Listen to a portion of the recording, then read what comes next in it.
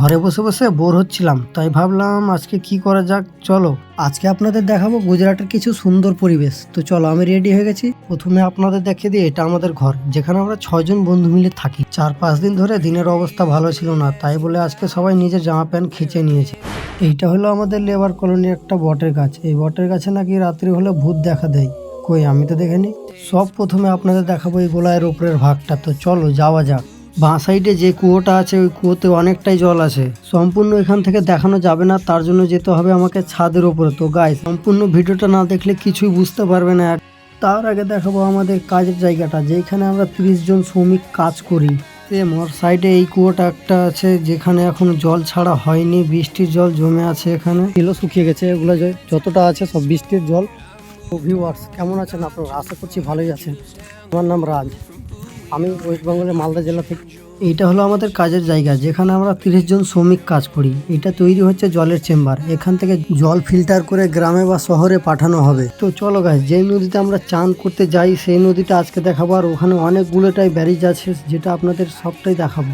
যেতে যেতে আপনাদের দেখিয়ে দিয়ে, এটা একটা ছোট্ট মন্দির, যেখানে মানুষ পুজো করতে অনেকেই আসে, বা এখানে যারা থাকে ওরাও পুজো করে এখানে। এই নদীটা যে দেখতে পাচ্ছ গাইস, এটা অনেকটাই পাহাড়ের নিচে আছে, যেটা আমাদের স্নান করতে আসার সময় তো ভালোই লাগে, কিন্তু ওঠার সময় আপনারা তো বুঝেই গেছেন। আর কি বলবো, এই যে পায়াগুলো দেখতে পাচ্ছ না, এই পায়াগুলা বরাবর জল চলে আসে। নিচে নামতে দেখি একটা লোক মাছ ধরছে, তাকে জিজ্ঞেস করে মিলা नहीं मिल रहा है, চারা বানাওগে। চারা কাকে বলে আপনারা তো বুঝে গেছেন অবশ্যই। নদীর ধারের ভিউটা দেখো কি সুন্দর লাগছে না? এরকম টাইপের অনেকটাই ব্যারেজ আছে গাইস, এখানেও আছে অনেকটা। আর এই পারে বাঁ সাইডে অনেকটা এরকম ব্যারেজ আছে, গুনে শেষ করতে পারবো না গাইস।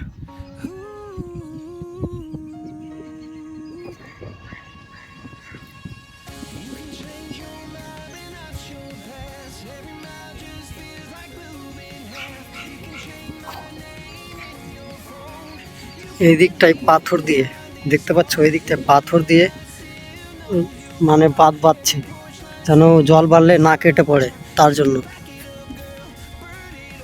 দেখো ওয়েদারটা কি সুন্দর, প্লেসটা একদম যেরকম দেখো না সিনেমাতে এই ব্যারিজগুলো থাকে, ওরকম টাইপের একদম।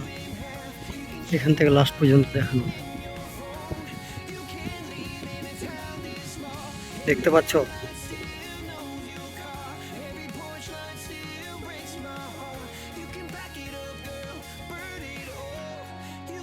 এখান থেকে আমাদের ভিডিও শেষ হয়ে যায়নি, কারণ এখনো বুলেট ট্রেনের রাস্তাটা দেখানো বাকি আছে, যেখান দিয়ে বুলেট ট্রেন যাবে। আবার বিল্ডিং এর উপরে চেপে আমি সম্পূর্ণ ভিউটা দেখাবো, বুলেট ট্রেনের রাস্তাটাও, আবার সুইমিং পুলটাও। তো চলো গাইস, সম্পূর্ণ ভিউটা আপনাদের দেখাবো ওখানে গিয়ে। তো চলো যাওয়া যাক বিল্ডিং এর উপরে। উপর থেকে দেখাচ্ছি আমি আপনাদের সম্পূর্ণ ভিউটা, কি সুন্দর লাগছে উপর থেকে একদম।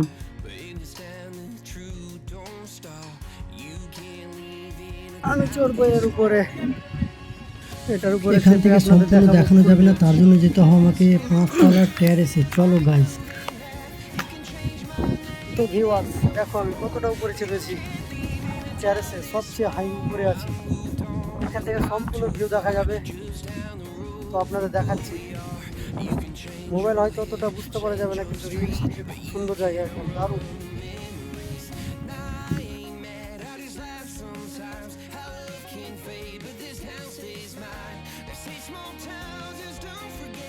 যেই কুয়োর কথাটা বলেছিলাম আমি, সেই কুয়োটা দেখো উপর থেকে কতটা সুন্দর লাগছে দেখতে।